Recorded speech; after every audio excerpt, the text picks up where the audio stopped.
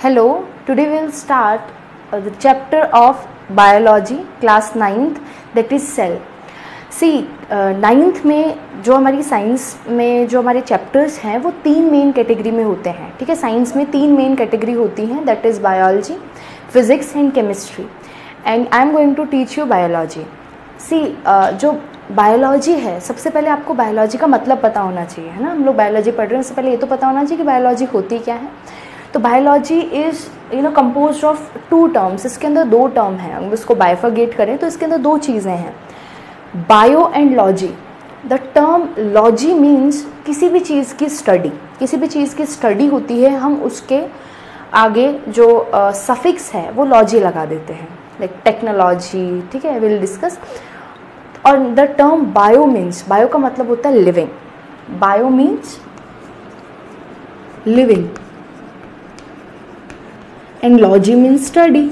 सो living organism की study is known as biology.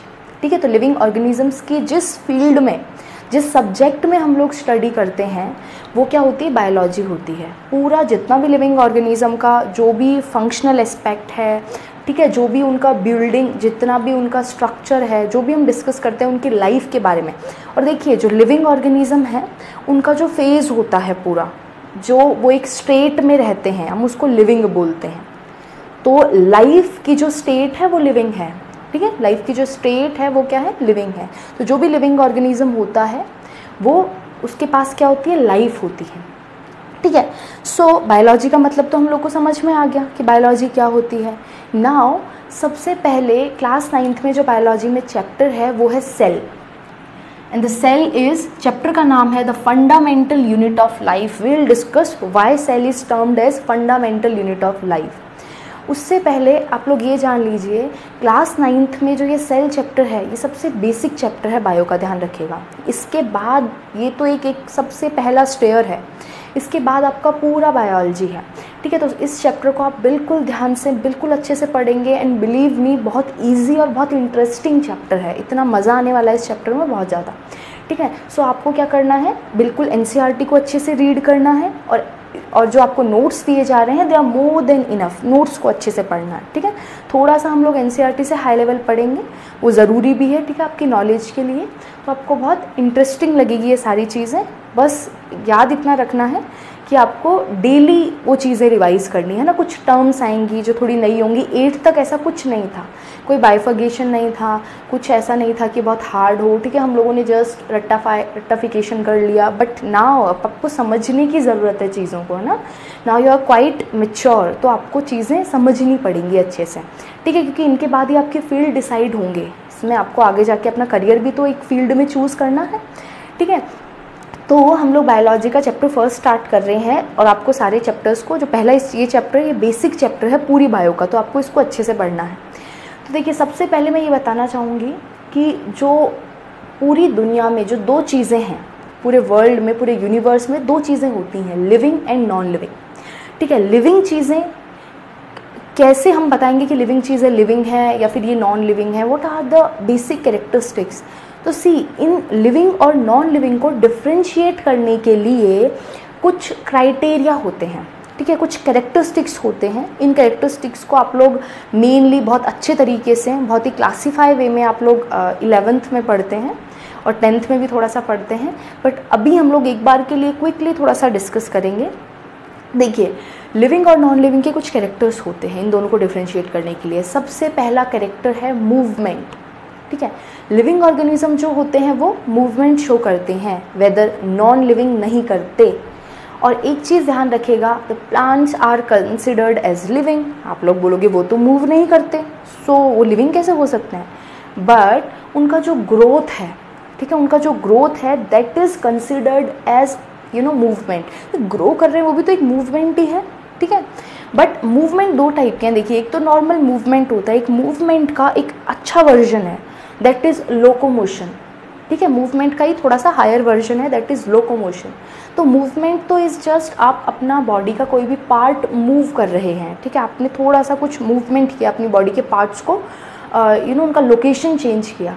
But अगर मैं बोलूँ लोकोमोशन क्या होता है, तो लोकोमोशन है जब आप मूवमेंट करते हुए, मतलब अपने बॉडी पार्ट्स को मूवमेंट में लाते हुए, हिलाते हुए अगर आप डिस्टेंस कुछ कवर करते हैं, अपना अपना पोजीशन चेंज करते हैं, अपना डिस्टेंस कुछ कवर करते हैं, तो हम उसको क्या बोलते हैं, लोकोमोशन। तो ध्यान रख लीजिएगा, मूवमेंट और locomotion is a type of movement जिसके अंदर आप कुछ डिस्टेंस कवर करेंगे। पहली चीज़ क्या समझ में आई, जितने भी लिविंग ऑर्गेनिज्म है वो मूवमेंट शो करेंगे, वेदर वो प्लांट्स हों एनिमल्स हो। एनिमल्स होंगे वो थोड़ा सा हायर करेंगे, दैट इज़ लोकोमोशन, और जो प्लांट्स होंगे वो थोड़ा सा क्या करेंगे, मूवमेंट ही करेंगे, ऑल्दो वो लोकोमोशन नहीं करेंगे। बट एक एग्जाम्पल है, हम लोग पढ़ेंगे 10th में, ठीक है, छुई मुई, दैट इज़ माइमोसा प्यूडिका। ये जो प्लांट है इसको जो आप टच करते हैं, ये इसके लिए ही क्या है, बहुत ज़्यादा ये बहुत ज़्यादा प्रसिद्ध इसी चीज़ के लिए, आप जब टच करते हैं तो ये कोलैप्स हो जाती हैं, इसके जो लीव्स होती हैं, ठीक है। और इसीलिए हम लोग को ये एक एग्जाम्पल मिल जाता है कि प्लांट भी मूवमेंट शो करते हैं। वैसे ग्रोथ तो है ही एक टाइप का।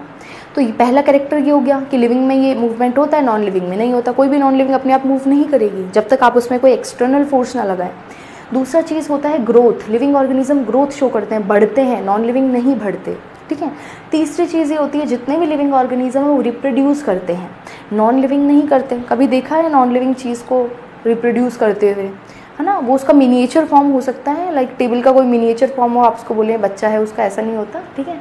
और तीसरी मतलब इसके बाद वाला जो एक है, लिविंग जो ऑर्गेनिज्म होता है ना, they are having cell as their basic unit, but non living are not composed of cell.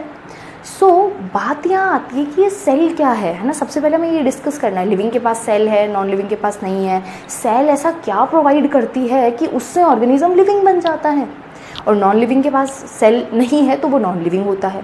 तो चलिए हम लोग स्टार्ट करते हैं।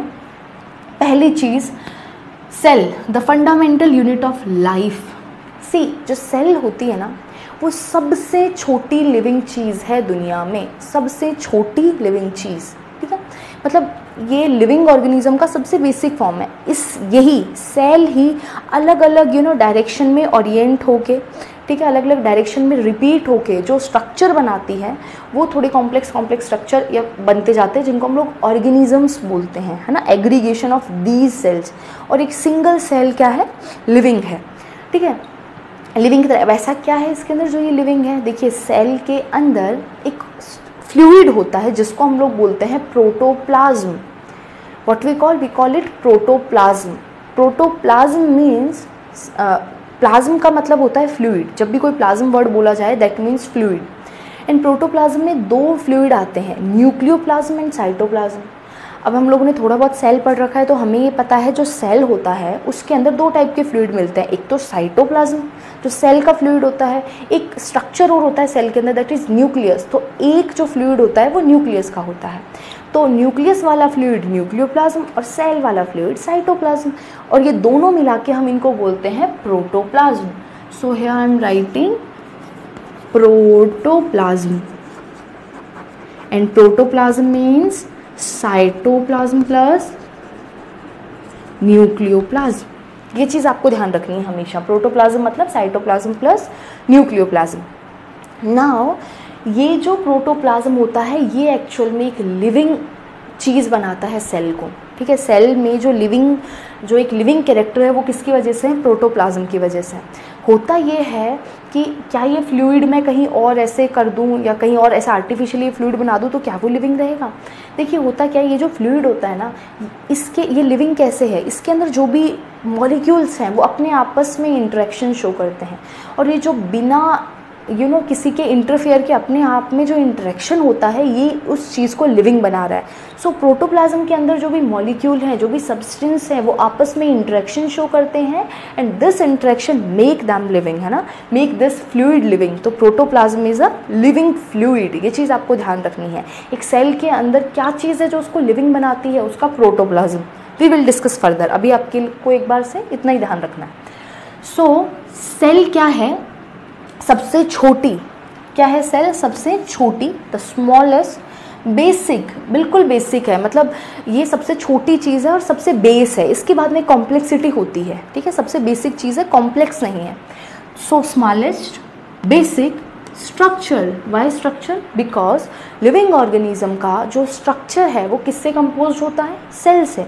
So it is smallest, basic, structural and functional unit of life. Because सबसे छोटी फंक्शनल चीज़ भी यही है. ठीक है, जैसे तो सबसे छोटी चीज़ एटम, बहुत सारी चीज़ें हैं सबसे छोटी, प्रोटॉन, न्यूट्रॉन, बट वो क्या है कि वो उनके अंदर फंक्शनलिटी नहीं है. ठीक है, बट हेयर यहाँ पे क्या है? फंक्शन है. वो कुछ फंक्शन परफॉर्म करती हैं, कुछ रिएक्शंस परफॉर्म करते हैं. सेल के अंदर कुछ फंक्शंस होते हैं, कुछ रिएक्शंस होती हैं. Will discuss that. तो आपको क्या ध्यान रखना है कि 4 वर्ड बिल्कुल अच्छे से. सेल की डेफिनेशन में स्मॉलेस्ट है, बेसिक है, स्ट्रक्चरल है, दैट इज स्ट्रक्चर बना रही है किसी भी ऑर्गेनिज्म का, और फंक्शनल है. नाउ सबसे पहला क्वेश्चन यहीं से ही बनता है, अगर क्वेश्चन बनता है तो, कि why cell is considered as smallest structural functional unit of life. अब यही क्वेश्चन हो गया. आपको आंसर क्या करना है? इसको सिंप्लीफाई कर देना है कि why it is structural unit, because it forms the whole structure of an organism. पूरे ऑर्गेनिज्म का जो स्ट्रक्चर बनाती है, ठीक है, जो उसको पूरा बिल्ड करती है, वो कौन है? सेल है. Y functional? बिकॉज सबसे छोटा जो फंक्शन कर सकती है एक ऑर्गेनिज्म की बॉडी में वो सेल है. So that's why cell is considered as structural and functional unit of life. Very easy, ध्यान रखिएगा, ये क्वेश्चन सबसे पहला बनता है यहाँ से. The next thing is, now will discuss about the history. देखिए, बायो में सबसे मेन होता है हिस्ट्री, क्योंकि आज जो हमें चीज़ें पता है ना, वो भगवान ने नहीं बोला था कि देखो ये सेल है, इसमें ये है, आप लिविंग हैं, आप नॉन लिविंग है. नहीं, ये हम लोगों ने, जो ह्यूमन ब्रेन है, हमने क्या किया है? सब चीज़ों को डिस्कवर किया है. हम लोगों ने बहुत ज़्यादा रिसर्च की है. ठीक है, फिर हमने ही नाम दिए हैं. ये सेल, कोई ना भगवान थोड़ी ना नाम देके गए थे कि इसको सेल बोल दो. नहीं, हम लोगों ने नाम दिया ना. कुछ तो एक चीज़ को आइडेंटिफाई करने के लिए कुछ तो उसको देना पड़ेगा ना नाम, तो इसलिए सेल नाम है. वो सीता गीता कुछ भी दे सकते थे, बट वो उन लोगों को सेल अच्छा लगा है ना. हम लोग तो राम दे देते हैं, कुछ और दे देते. ठीक है, सो आपको क्या ध्यान रखना है? अब हम हिस्ट्री पढ़ेंगे. ठीक है, कि किस किस महान साइंटिस्ट ने अपना योगदान दिया इस सेल का पूरा स्ट्रक्चर हमें बताने में, या फिर हमें ये बताने में कि सेल जैसी कोई चीज़ होती है. सो सबसे पहले साइंटिस्ट का जो नाम आता है सेल में, वो है Robert Hooke. He is a great scientist जिसने सबसे पहली बार कोशिश की. वो बहुत अच्छे साइंटिस्ट नहीं थे. ठीक है, एक चीज़ आपको बता दूं, ध्यान रखिएगा, साइंटिस्ट जो है वो हमेशा ऐसे पढ़ाई से ही नहीं कि आप बहुत ज़्यादा पढ़ रहे हो, ठीक है, आपने बहुत अच्छी पढ़ाई कर ली है तो आप साइंटिस्ट बन जाओगे, ऐसा नहीं होता है. साइंटिस्ट जो होते हैं उनके पास क्यूरियोसिटी होती है. ठीक है, वो बहुत ज़्यादा किसी भी चीज़ में घुसने का वो रेस, जानना है जानना है जानना है एंड ऑल, है ना. तो वो इस टाइप का क्यूरियोसिटी टाइप का उनका माइंड होता है. तो वो चीज़ों को क्या करते हैं, अपने आप से मतलब कनेक्ट करके देखते हैं चीज़ों को. ठीक है, और बहुत ज़्यादा रिसर्च करते हैं. तो ऐसे ऑर्गेनिज्म, ऐसे जो इंसान होते हैं वो साइंटिस्ट कहलाते हैं. ठीक है, तो जो पहले के साइंटिस्ट होते थे ना, एक मैं वो बता रही हूँ आपको, उनमें से 70% ऐसे होते थे जिन्होंने बहुत ज़्यादा क्वालिफाइड नहीं थे, वो बहुत अच्छा पढ़ने वाले नहीं थे. ठीक है, आइंस्टाइन देख लीजिए, बहुत सारे जितने भी साइंटिस्ट होते थे 70% ऐसे थे जिनको रियल में वो साइंटिस्ट हैं ही नहीं, उन्होंने कुछ पढ़ाई की नहीं थी, बट उनकी अच्छी रिसर्च की वजह से वो आज साइंटिस्ट हैं. ठीक है, सो रॉबर्ट हुक जो थे वो भी बहुत अच्छे साइंटिस्ट नहीं थे, बट उन्होंने छोटा सा एक अपना उस टाइम पे एक माइक्रोस्कोप उन्होंने डिस्कवर किया था, compound microscope. Microscope is the instrument जो चीज़ को, माइन्यूट चीज़ को थोड़ा बड़ा करके दिखाता है. ठीक है, मैग्नीफाई करता है. नाउ तो आज के ज़माने में तो हमारे पास बहुत अच्छे अच्छे इलेक्ट्रॉनिक, ठीक है, इलेक्ट्रिसिटी वाले या फिर इलेक्ट्रॉनिक जो हमारे पास हैं माइक्रोस्कोप आ चुके हैं, जिसके अंदर हम लोग बहुत छोटी चीज़ को भी बहुत अच्छे से देख सकते हैं. बट उस टाइम पे एक नॉर्मल मैग्नीफाई कर देता था कंपाउंड माइक्रोस्कोप. तो रॉबर्ट हुक ने पहली बार अपने कंपाउंड माइक्रोस्कोप को टेस्ट करने का सोचा कि देखता हूँ मैं इसको टेस्ट करके देखता हूँ छोटी चीज़ को कितना बड़ा करके दिखाता है. सो उसका छोटा सा जो लैब था उसमें एक कॉर्क का पीस था. ना व्हाट इज़ कॉर्क? कॉर्क क्या होता है? ये वुडी स्ट्रक्चर होता है जो पहले के ज़माने में उस पर जो आपकी ग्लास बॉटल्स होती थी उसके माउथ पे उसको बंद करने के लिए कैप के तौर पे लगाते थे. ठीक है, सो वो कॉर्क होती थी. अब ये जो कॉर्क था ना, इसका एक पुराना एक कॉर्क था, उसका एक पार्ट पड़ा हुआ था. उन्होंने वो पार्ट लिया और उसका एक स्लाइस काटा एंड उस स्लाइस को माइक्रोस्कोप के अंदर देखा. और उन्होंने क्या देखा? उन्होंने तो बहुत ही खतरनाक चीज़ देखी. उन्होंने देखा honeycomb like structure. What is honeycomb like structure? कुछ ऐसे स्ट्रक्चर होते हैं मधुमक्खी के घर जैसे, छत्ते जैसे, इनको हम बोलते हैं हनीकॉम्ब. ऐसे कुछ स्ट्रक्चर देखे एंड देन ही सरप्राइज्ड कि भैया ये क्या है, ठीक है, चीज़ क्या है ये। तो उन्होंने बोला अच्छा तो कोई भी चीज़ जो है वो ऐसे छोटी छोटी कंपार्टमेंट से मिलके बनी हुई होगी। हाँ ऐसा हो सकता है। तो इन हनीकॉम्ब लाइक कंपार्टमेंट्स को उन्होंने नाम दिया सेलुला। उन्होंने बोला ये सेलुला है। तो कोई भी जो चीज़ है वो छोटी छोटी चीज़ से मिलके बनी होती है, दैट इज़ सेलुला, ठीक है। और ये जो सेलुला है ये लैटिन लैंग्वेज में था, इसका मतलब होता है सेल, है ना। हमारी लैंग्वेज में इसका मतलब है सेल, सेलुला का मतलब सेल होता है। और सेलुला का मतलब क्या होता है, बस तो हमारी लैंग्वेज में सेल है, लैटिन लैंग्वेज में क्या है सेलुला। एक्चुअल में सेल का मतलब क्या होता है, फिर सेलुला का मतलब क्या होता है, होलो स्पेस या फिर छोटे छोटे लिटिल रूम्स। और उन्होंने यही तो देखा था, जो देखा वैसा नाम दे दिया, ठीक है। बट बाद में पता चला कि इन्होंने जो डिस्कवर किया है, किसने, रॉबर्ट हुक ने जो डिस्कवर किया वो सेल तो था बट वो डेड सेल था। Then what is the difference between living and dead cell. जो डेड सेल होता है ना उसका जो प्रोटोप्लाज्म है वो फंक्शनल नहीं होता, प्रोटोप्लाज्म सूख जाता है, ठीक है, वो फंक्शनल नहीं होता, स्ट्रीमिंग करता हुआ नहीं दिखता, मूवमेंट नहीं होता उसमें।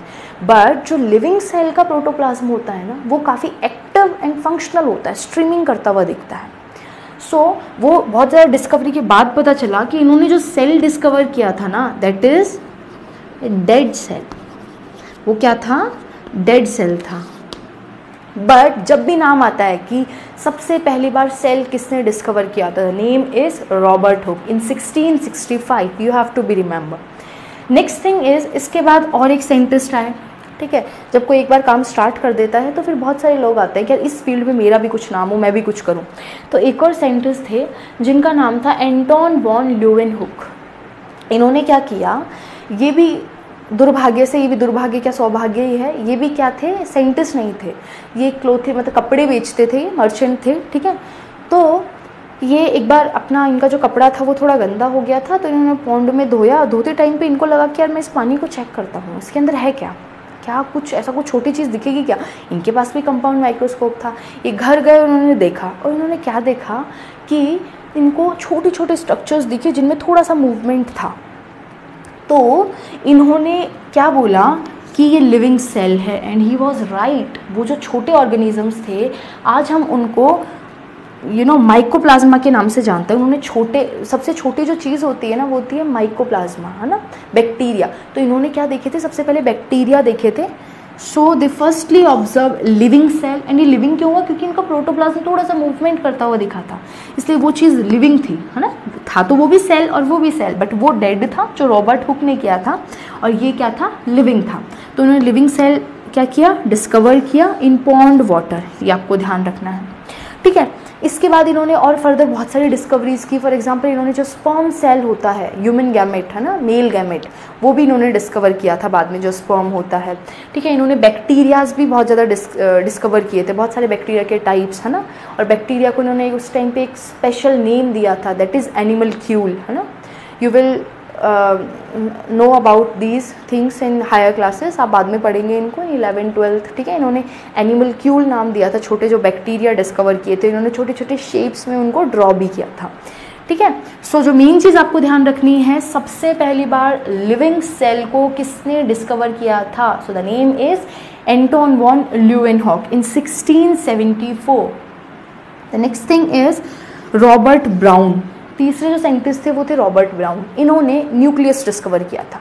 नाउ सेल तो हो गया, अब उसके अंदर इनके पास और अच्छे माइक्रोस्कोप्स आने लग गए ना। टाइम भी धीरे धीरे थोड़ा, जैसे जैसे हम लोग आगे जा रहे हैं ना, बढ़ती जा रही है टेक्नोलॉजी, तो इनके पास और अच्छा माइक्रोस्कोप था। तो इन्होंने क्या देख लिया, सेल के अंदर उससे 10 टाइम्स छोटा न्यूक्लियस, सेल के अंदर जो न्यूक्लियस होता है वो उससे 10 टाइम्स छोटा होता है, ध्यान रखिएगा। तो इन्होंने वो न्यूक्लियस देखा, ठीक है। और ये इन्होंने किसके अंदर देखा, in roots of orchid plants, in roots of orchid जो प्लांट होता है उसके रूट में इन्होंने क्या देखा, न्यूक्लियस देखा, ठीक है। ये बात ध्यान रखिएगा। इसके बाद 4th नंबर पे आए जे.ई. पर्किंजी। जे.ई. पर्किंजी ने 1839 में एक टर्म दिया था, सेल के अंदर जो लिविंग फ्लूइड होता है उसको एक टर्म दिया था, दैट इज प्रोटोप्लाज्म। ये वाला जो टर्म है हम लोगों ने अभी अभी जो डिस्कस किया था, protoplasm means the combination of cytoplasm and nucleoplasm. The actual term protoplasm was given by J. Purkinje for living fluid present in the cell. Cell के अंदर जो एक चीज़ है जो उसको लिविंग बनाती है, उसको क्या नाम दिया उस फ्लूइड को? जे पुरकिंजे ने, उन्होंने नाम दिया प्रोटोप्लाज्म. सो हम लोगों ने इन 4 सेंटेंस के बारे में बहुत अच्छे से याद रखना है सेल चैप्टर की हिस्ट्री में. ठीक है, नाम बहुत इजी है, आपको इजीली याद हो जाने चाहिए, बट फिर भी अगर थोड़ा बहुत आपको डिफ़िकल्टी आती है तो आप मेरा एक तरीका यूज़ कर सकते हैं नाम याद रखने का. ठीक है, जब मुझे नहीं होते थे तो मैं ऐसा करती थी. आपको क्या करना है, अपने घर में है ना, ऐसे इतने तो लोग तो होंगे हमारे घर में, काफ़ी होते हैं, नहीं है तो पड़ोसियों को, अपने फ्रेंड्स को, ये सब नाम दे दो. ठीक है, हमारी क्लास में ऐसा ही किया जाता है, आप ये नाम दे सकते हैं. ठीक है, किसी को रॉबर्ट हुक बोल दो और याद रखो कि उसने क्या किया है. रॉबर्ट हुक ने सेल को डिस्कवर किया था, डेड सेल को, कैसे हनीकॉम्ब लाइक स्ट्रक्चर्स देखे थे. ठीक है, तो सबको अपने अपने नाम दे दो, सब बहुत सारे, और रोज़ाना उनका नाम लो, उसी नाम से उनको बोलो. उनका सीता गीता वाला नाम भूल जाओ, है ना, थोड़े दिन के लिए उनको उसी नाम से बोलो. इनिशियल स्टेज पे याद करने का एक तरीका होता है, आई नो आपको बाद में तो बहुत अच्छे से याद हो जाएंगे, बट जिनको नहीं होते हैं, ठीक है, होते हैं जिनका तो कोई वो नहीं है, हमें होते हैं वो तो कैसे भी याद करो, बट जिनको नहीं होते हैं दिक्कत उनके लिए, जिनको याद नहीं होते हैं. और नेम्स जो है वो बहुत इंपॉर्टेंट होते हैं, ये चीज़ भी आपको ध्यान रखनी है. सो 9th में थोड़ा सा नेम्स लर्न करने में आपको दिक्कत आती है, आगे जितने भी चैप्टर्स आएंगे सब में कोई ना कोई नेम्स होंगे. ठीक है, तो आप इनको इस तरीके से सबको नाम देके और उसका वर्क याद रखिए कि उन्होंने क्या किया था, आप ऐसे इस चीज़ को याद रख सकते हैं. ठीक है, सो हम लोगों ने पूरा हिस्ट्री डिस्कस कर लिया. पहली चीज़ सेल की definition we know now very well, we have to know these 4 words, है ना. नेक्स्ट थिंग इज, सबसे पहले साइंटिस्ट सेल को डिस्कवर करने वाले, और अगर ये बोला जाए the scientist who discover cell for the first time, you always say Robert Hooke. But if the answer is who discovered living cell for the first time, you have to answer Anton von Leeuwenhoek. और अगर normal पूछा जाता है और ऐसे पूछा जाता है कि डेड सेल सबसे पहले किसने डिस्कवर किया, so you know Robert Hooke, है ना. तो ये लिविंग डेड का एक बार फंडा क्लियर रखना है आपको. फिर रॉबर्ट ब्राउन आए, रॉबर्ट ब्राउन ने न्यूक्लियस डिस्कवर किया. फिर जे पुरकिंजे आए, जिन्होंने क्या किया, जे पुरकिंजे ने टर्म प्रोटोप्लाज्म दिया, किसको, जो सेल के अंदर लिविंग फ्लूइड होता है उसको. ठीक है, so after this now will, इसके बाद हम लोग एक चीज़ और डिस्कस करेंगे, that is cell theory. Okay, so now will discuss cell theory. Now will discuss cell theory. देखिए, सेल थ्योरी जो है सेल के बारे में, वो सबसे पहले किसने दी थी, 2 साइंटिस्ट थे जिन्होंने सेल थ्योरी दी थी. सेल के बारे में एक सबसे मेन चीज़, मतलब सेल के बारे में एक theory is what, nothing, cell के बारे में एक मेन चीज़ बताना. ठीक है, उसके बारे में जो उसको डिफाइन करे. तो सेल थ्योरी सबसे पहले 2 साइंटिस्ट ने दी थी, MJ शिल्डन एंड T स्वान. तो आपको 2 मेन नाम ऐसे याद रखने हैं, शिल्डन एंड स्वान. 2 साइंटिस्ट ने सेल थ्योरी दी थी सबसे पहली बार. ठीक है, और इसमें से ये भी ध्यान रखिएगा, शिल्डन जो है वो एक बॉटनिस्ट था एंड स्वान जो है वो एक जूलॉजिस्ट था. एंड दोनों ने सेपरेटली, किसी को नहीं पता था कि, अच्छा शिल्डन को नहीं पता था स्वान कोई डिस्कवरी कर रहे हैं सेल पे, सेल थ्योरी देने वाले हैं, या फिर शिल्डन को नहीं पता था कि स्वान कुछ ऐसा कर रहे हैं. ठीक है, दोनों को एक दूसरे को नहीं पता था, दोनों अलग अलग फील्ड के थे. वो बॉटनी का था, the botany is the field in which we study about plants, and the zoology is the field of biology in which we are discuss or study about animals. तो biology के 2 broad field हैं, that is आपका botany and zoology. So botany में plants की study करते हैं and zoology में animals की स्टडी. ठीक है, तो शिल्डन ने अलग डिस्कवर किया सेल थ्योरी को, अलग से, मतलब इन्होंने अलग से सेल के बारे में डिस्कवर किया, और स्वान ने अलग. बट कंबाइनली जब इन दोनों ने एक बात बोली तो इन दोनों का कंबाइंड फॉर्म, मतलब जॉइंट फॉर्म में एक थ्योरी बनी, दैट इज सेल थ्योरी. ये बोलती है कि all living organisms, that is जितने भी प्लांट्स एंड एनिमल्स हैं, दे आर कंपोज्ड ऑफ और मेड अप ऑफ सेल. जितने भी लिविंग ऑर्गेनिजम्स हैं are made up of cell. उस टाइम पे बहुत बड़ी बात थी बोलना, आज के टाइम पे हमें सबको पता है कि all living organisms are made up of cell, we know very well, इसमें क्या बड़ा काम कर दिया. बट उस टाइम पे जब पहली बार ये चीज़ बतानी थी तो ये बहुत बड़ी डिस्कवरी एक तरीके से थी, है ना.